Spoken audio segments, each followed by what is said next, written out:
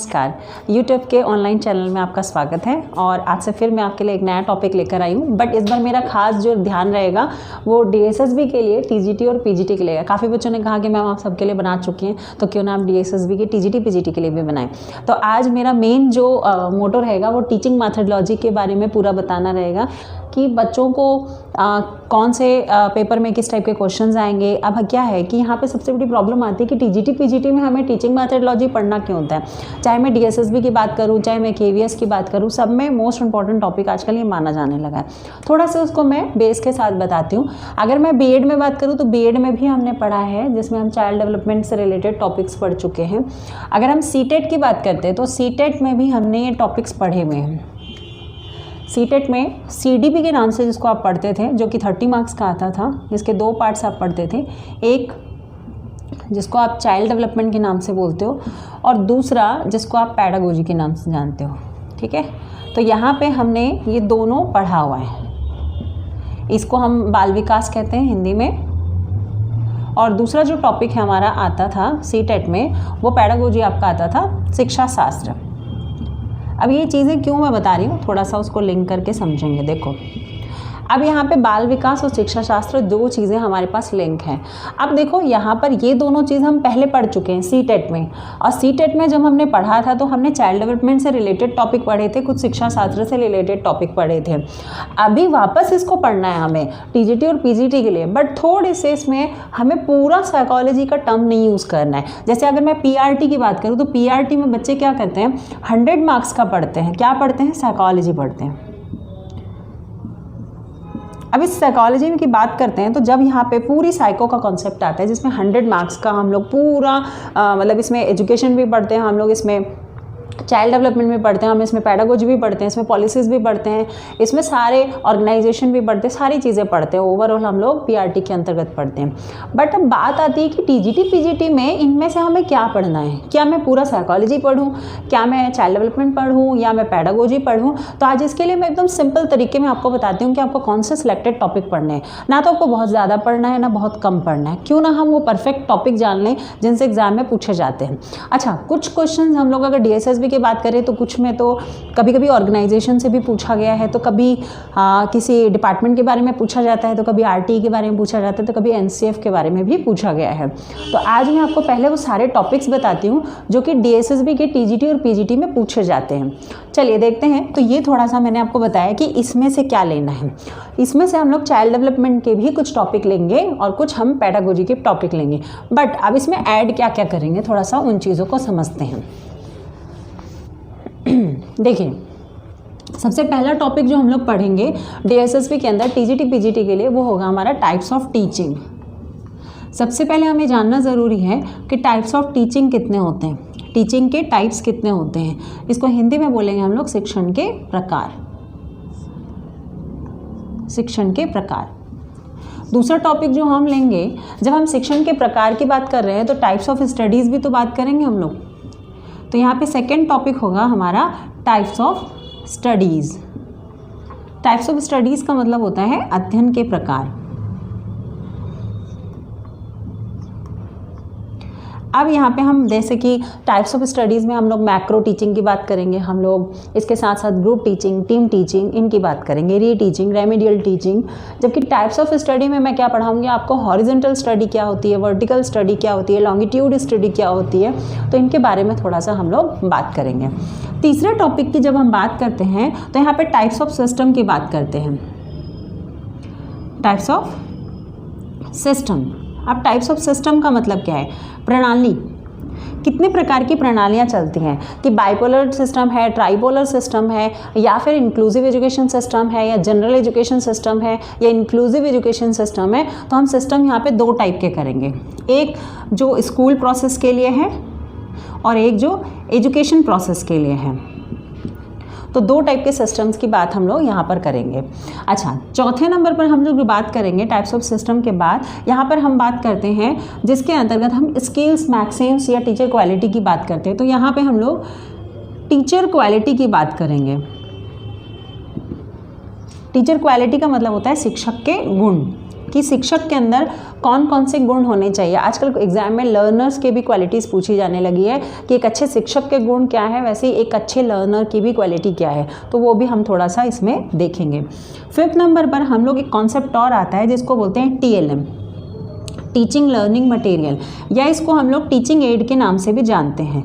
तो एक टॉपिक हमारे पास और एक ऐड हो जाएगा, teaching add, teaching learning material. इसका मतलब पढ़ाने के दौरान टेक्निक्स ऑफ टीचिंग या टेक्निक्स इन टीचिंग, इन दोनों की क्या वैल्यू है, और पढ़ाने के दौरान हमें कैसे अपनी टीचिंग को और ज़्यादा मॉडिफाई और अट्रैक्टिव बनाना है और इफ़ेक्टिव बनाना है, तो कैसे बना सकते हैं हम, TLM के यूज़ से बना सकते हैं। अच्छा, दूसरी चीज़ देखेंगे यहाँ पे 6 नंबर की बात करते हैं, तो यहाँ पर हम लोग एक कॉन्सेप्ट और पढ़ेंगे जिसको कहते हैं माइक्रो टीचिंग। माइक्रो टीचिंग, ये माइक्रो टीचिंग के साथ ऐड कर मैं आपको स्किल्स पढ़ाऊंगी। इस स्किल्स में हम लोग कोर करिकुलम स्किल्स की भी बात करेंगे, एलन की स्किल्स की भी बात करेंगे, NCERT स्किल्स की भी बात करेंगे। फिर आ जाता है आपके 7 नंबर पर टीचिंग मैक्सिम्स।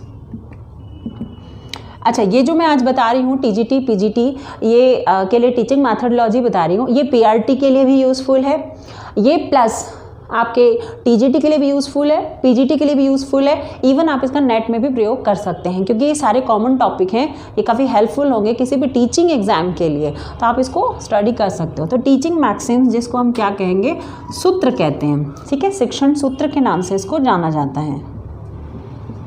इसके बाद हम 8 नंबर पर प्रिंसिपल्स की बात करेंगे, टीचिंग प्रिंसिपल्स।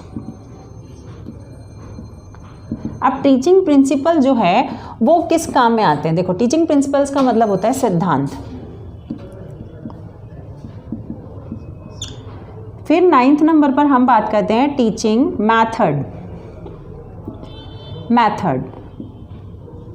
मेथड्स का मतलब यहाँ पर किसकी बात हो रही है, विधियों की, ठीक है, कि आपको इंडक्टिव मेथड से पढ़ाना है, डिडक्टिव मेथड से पढ़ाना है, साइंस कौन से मेथड से ज़्यादा इफेक्टिव पढ़ाई जाती है, हिस्ट्री कौन से मेथड से ज़्यादा इफेक्टिव होगी, अगर मैथ्स और हिंदी पढ़ा रहे हैं तो इंडक्टिव मेथड से पढ़ाएंगे, अगर हम हिस्ट्री पढ़ा रहे हैं तो हम इसको फील्ड ट्रिप मेथड से पढ़ा सकते हैं, हिस्टोरिकल प्लेसेस में ले जाकर दिखाकर पढ़ा सकते हैं। वैसे डिस्कवरी मेथड भी आता है, प्रोजेक्ट मेथड भी आता है, डिस्कशन मेथड आता है, डेमोन्स्ट्रेशन मेथड आता है, तो बहुत सारे मेथड्स हैं हमारे पास जिनके ज़रिए हम लोग अलग अलग सब्जेक्ट्स पे लगा कर देखेंगे कि कौन से सब्जेक्ट्स पे कौन सा मेथड ज़्यादा परफेक्ट बैठता है। उसके बाद हम लोग थोड़ा सा जब टीचिंग देखोगे, यहाँ तो स्टार्ट मैंने सारा टीचिंग से किया है और ये टीचिंग प्रिंसिपल और टीचिंग मेथड तक कंप्लीट हो रहा है। इसके अलावा हम लोग टीचिंग में 1-2 कॉन्सेप्ट्स और भी देखते हैं जिसको हम लोग बोलते हैं, एक तो ग्रोथ एंड डेवलपमेंट में से थोड़ा हमें पढ़ना पड़ेगा। अब तुम सोचोगे मैम ग्रोथ एंड डेवलपमेंट क्यों पढ़ना है, ग्रोथ एंड डेवलपमेंट में से कॉन्सेप्ट आता है क्योंकि, तो यहाँ पे हम लोग ग्रोथ एंड डेवलपमेंट में से कॉन्सेप्ट पढ़ेंगे जिसको वृद्धि और विकास कहते हैं, ठीक है। तो यहाँ वृद्धि और विकास में से भी हम लोग कुछ टॉपिक्स देखेंगे। एक और चीज़ देखेंगे यहाँ पे कि जैसे कि मीन्स आप लोग को कंफर्म है कि यहाँ ग्रोथ एंड डेवलपमेंट के अलावा एक लर्निंग कॉन्सेप्ट आएगा हमारे पास, लर्निंग, अधिगम, ठीक है। तो अधिगम में से कौन कौन से टॉपिक पढ़ेंगे, अधिगम में से हम लोग यहाँ पर सबसे पहले लर्निंग के टाइप्स की बात करेंगे। लर्निंग के टाइप्स जानना ज़रूरी है हमें। फिर हमें फैक्टर जानना ज़रूरी है। फैक्टर का मतलब होता है कारक कौन से होते हैं इसके प्रभावित करने वाले, कि लर्निंग को कौन कौन सी चीज़ें प्रभावित करती हैं। उसके बाद हम लोग यहाँ पर इसकी डेफिनेशन और इसकी बात करेंगे, प्लस इसके साथ कौन कौन सी थ्योरीज़ करनी है हमें। तो थ्योरी में हम लोग आपके TGT PGT की PRT सभी के लिए बता रही हूँ मैं, एक तो थॉर्नडाइक का करेंगे हम लोग, ठीक है। दूसरा हम लोग स्किनर के बारे में थोड़ा सा देखेंगे और गेस्टॉल्ट के बारे में देखेंगे,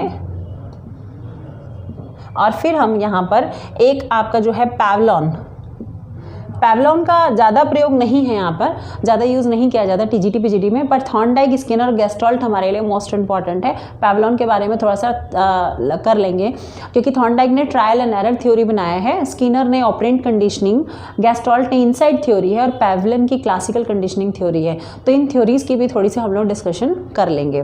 इसके अलावा एक बार स्क्रीनशॉट ले लें, फिर इसके बाद हम आगे बढ़ते हैं। थोड़े से और टॉपिक्स हैं वो मैं आपको बताती हूँ। तो 11th नंबर तक हम लोग ये सारे टॉपिक की डिस्कशन कर चुके हैं। अब हम देखते हैं आगे के।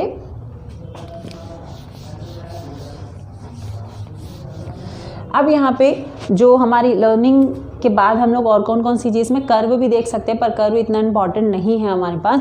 बंडूरा और ब्रूनर की भी बात कर सकते हैं यहाँ पर हम लोग, तो थोड़े से एडिशनल टॉपिक के साथ बता रही हूँ मैं आपको।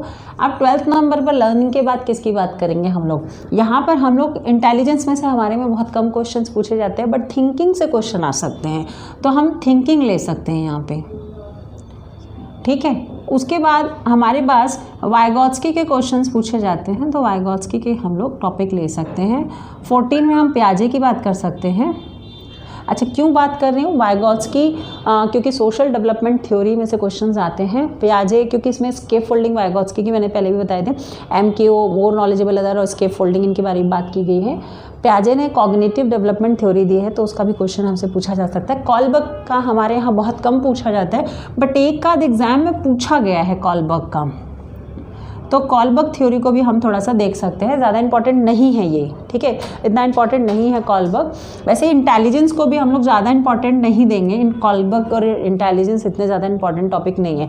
बट हाँ, मोटिवेशन की बात करूँ तो मैं मोटिवेशन की बात कर सकती हूँ, एंड रीइंफोर्समेंट की बात कर सकती हूँ मैं, जिसको हिंदी में हम लोग कहते हैं अभिप्रेरणा, और इसको कहते हैं हम लोग पुनर्बलन। तो ये टॉपिक जो है इंपॉर्टेंट है, मोटिवेशन एंड रीइंफोर्समेंट, क्योंकि ये किसी भी एजुकेशन सिस्टम को प्रमोट करने के लिए बहुत ज़रूरी होता है। इसके अलावा हम लोग और भी 2-4 टॉपिक पर डिस्कशन कर सकते हैं, जैसे NCF और RTE। इसके बिना तो सारी एजुकेशन सिस्टम अधूरी है, तो ये हमारे लिए मोस्ट इंपॉर्टेंट है कि NCF 2005 के बारे में पढ़ना। बट इस NCF के साथ हमें करिकुलम के बारे में जानना ज़रूरी है, तो करिकुलम भी हम लोग यहाँ पर पढ़ेंगे। प्लस इसी के साथ ऐड करते हुए मैं आपको इंक्लूसिव एजुकेशन भी थोड़ा सा बता दूँगी, इसमें से क्वेश्चंस आते हैं। इसी के साथ ऐड करते हुए करिकुलम पाठ्यचर्या है, इंक्लूसिव एजुकेशन का मतलब होता है समावेशी शिक्षा, और जो 3rd नंबर पे ले रहे हैं उसको हम चाइल्ड सेंटर्ड एजुकेशन बोलते हैं। तो थोड़ा सा हम लोग चाइल्ड सेंटर्ड एजुकेशन के बारे में भी बात करेंगे, बाल केंद्रित शिक्षा के बारे में। बट ये अधूरा है कि जब तक हम RTE के बारे में ना पढ़ें। तो हम लोग नेक्स्ट टॉपिक कौन सा ले सकते हैं? हम लोग यहाँ पर 18th नंबर पे हम लोग यहाँ पर RTE की बात करेंगे, RTE 2009। क्योंकि जब तक राइट टू एजुकेशन की बात नहीं करेंगे तब तक हमें पता नहीं चलेगा कि हमें गवर्नमेंट ने कौन कौन से हक दिए हैं पढ़ने के लिए, कौन कौन से रूल्स दिए हैं। तो यहाँ पर ये सारे टॉपिक्स तो हमारे कवर हो ही रहे हैं। बट इसके साथ साथ एक टॉपिक और हम कवर करेंगे जिसको कहते हैं ईवैल्यूएशन। ईवैल्यूएशन क्यों ज़रूरी है? क्योंकि ईवैल्यूएशन नहीं होगा तब तक हम लोग क्या नहीं कर सकते। यहाँ पे इवैल्यूएशन जब तक नहीं होगा, मूल्यांकन, तब तक हम लोग ये नहीं बता सकते कि मूल्यांकन के अंदर, टेस्ट के अंदर, इसमें एक वर्ड और आता है जिसको हम कहते हैं असेसमेंट। तो असेसमेंट के बारे में भी जानना ज़रूरी है, जिसको हम आंकलन के नाम से जानते हैं, ठीक है। तो यहाँ पे इवैल्यूएशन, असेसमेंट, आंकलन, इनके बारे में थोड़ा सा स्टडी करेंगे। RTE के बारे में करेंगे, NCF के बारे में करेंगे। अब कुछ ऐसे टॉपिक्स हैं जो हमारे लिए इतना ज़्यादा इंपॉर्टेंट नहीं है, फिर भी हमें उनको पढ़ना ज़रूरी है, तो वो एडिशनल टॉपिक्स हैं हमारे पास। लाइक जैसे एग्जाम्पल बता देती हूँ, पर्सनैलिटी से क्वेश्चन इसमें नहीं आता है, तो पर्सनैलिटी हमें पढ़ने की ज़रूरत नहीं है।